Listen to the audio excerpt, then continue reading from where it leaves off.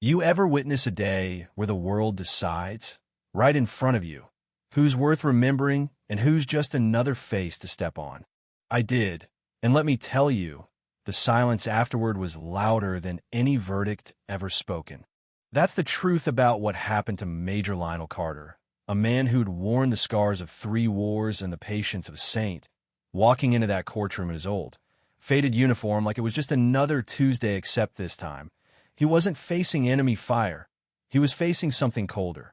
The kind of contempt that wears a badge and a uniform and still never learn the meaning of respect. Lionel found a seat in the very last row, quiet as a shadow, his presence barely causing a replete first. But Lieutenant Dana Harlow, all sharp lines and sharper eyes, spotted him like a hawk noticing a field mouse where it didn't belong.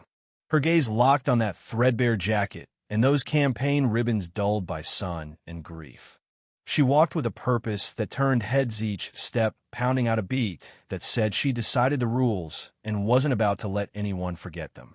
"Excuse me, what do you think this is?" she hissed, fingers already snatching at the silver nameplate on Lionel's chest. She didn't read it, didn't care to. She ripped it off, metal against fabric, a sound that made some of us flinch.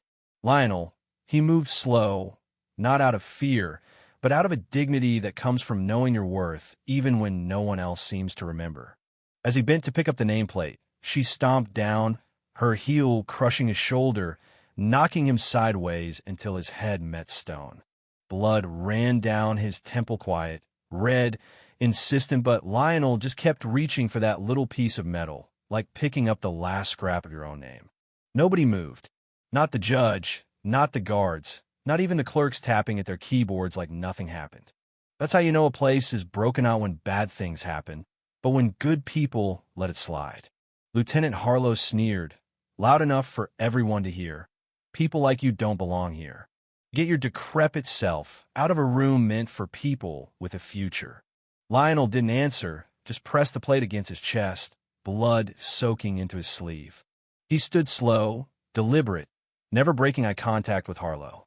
In that moment, every eye in the room finally noticed him. The room didn't need noise. It needed the weight of his silence. Then Harlow cuffed him, dragging him out of the courtroom, the doors banging shut behind them. In the hallway, under flickering lights, she slammed him face first against cold tile. A high school kid standing nearby caught it all on camera, hands shaking but too stubborn to look away. Harlow's words were acid. "You people always want a stage. That uniform? Camouflage to hide behind, nothing more." Lionel turned his face, just enough to catch the camera's eye. "Make sure you get this," he said, voice steady as the sunrise. "I'm not suing. I'm proven." That's when Harlow froze, a heartbeat of recognition passing through her, like she'd finally noticed the tide was turning. But she doubled down, yanked his wrist higher, muttering, "You think anybody's going to care? You're a has-been in a ghost's uniform."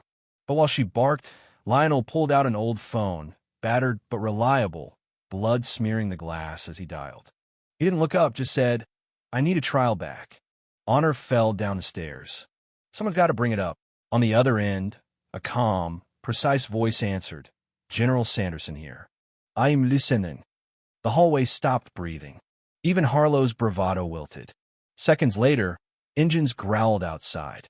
A military convoy pulled up black SUVs, soldiers moving in unison, not a word wasted. They entered, took control with a confidence the locals couldn't touch. Harlow's hand instinctively went for her weapon, but a gloved hand covered her no force, just authority that didn't ask permission. The cuffs came off, not by her hand, but by Lionel's own. Slipped a thin pick from his collar and freed himself, straightening his jacket with the kind of patience that says, "You thought you broke me? Watch me put myself back together." One of the officers saluted him, no show, just respect. Lionel answered, "Soldiers don't carry keys for themselves. They carry them to unlock whoever's been locked up for too long." And just like that, the hallway belonged to Lionel Carter. Harlow, stripped of her certainty, was left staring as people began filming, streaming, posting. The story didn't stay locked in 4 walls. It spilled out, gathering a crowd on the courthouse steps, Veterans, families, strangers all watching as Lionel walked out under his own power. A day later, the headlines weren't about violence, they were about what happens when silence becomes impossible to ignore. Old footage surfaced Harlow, younger, shoving a handcuffed black teenager into a wall. Cases quietly reopened. The judge who'd looked away in the moment quietly laid his own badge on his desk. A resignation no one expected, but everyone understood. The country didn't erupt in noise. It stood still. Veterans posted outside city halls. Mothers brought their children to see where Carter had walked free. Teachers printed his words for their classrooms. The military suspended Harlow, but her name didn't matter anymore. Her power had become a cautionary tale. Lionel Carter didn't want the spotlight. He didn't give interviews. He sent a single fax to the biggest paper in the state. You saw enough. That was all. And it was more than enough. Memorials grew, not with flowers, but with names of those forgotten, carved quietly into metal and stone. The phrase, "he stood for the fallen," became a mantra. Not because Lionel wrote it, but because everyone needed something to believe in again. The last time I saw him, he was standing at a monument, just him and the cold wind scratching one more name into the stone, silent, alone. He wasn't claiming a legacy. He was giving one away, making sure memory outlasted the headlines. They asked him to speak, to take a stand on TV, to lead a march, to write a book. He shook his head. A man doesn't need to raise his voice if his silence makes everyone else listen, he said, and he meant it. So, you tell me, where does justice live? In noise? In outrage? Or in the quiet courage of a man who refuses to kneel when the world tells him to? Drop a comment, tell me what you think.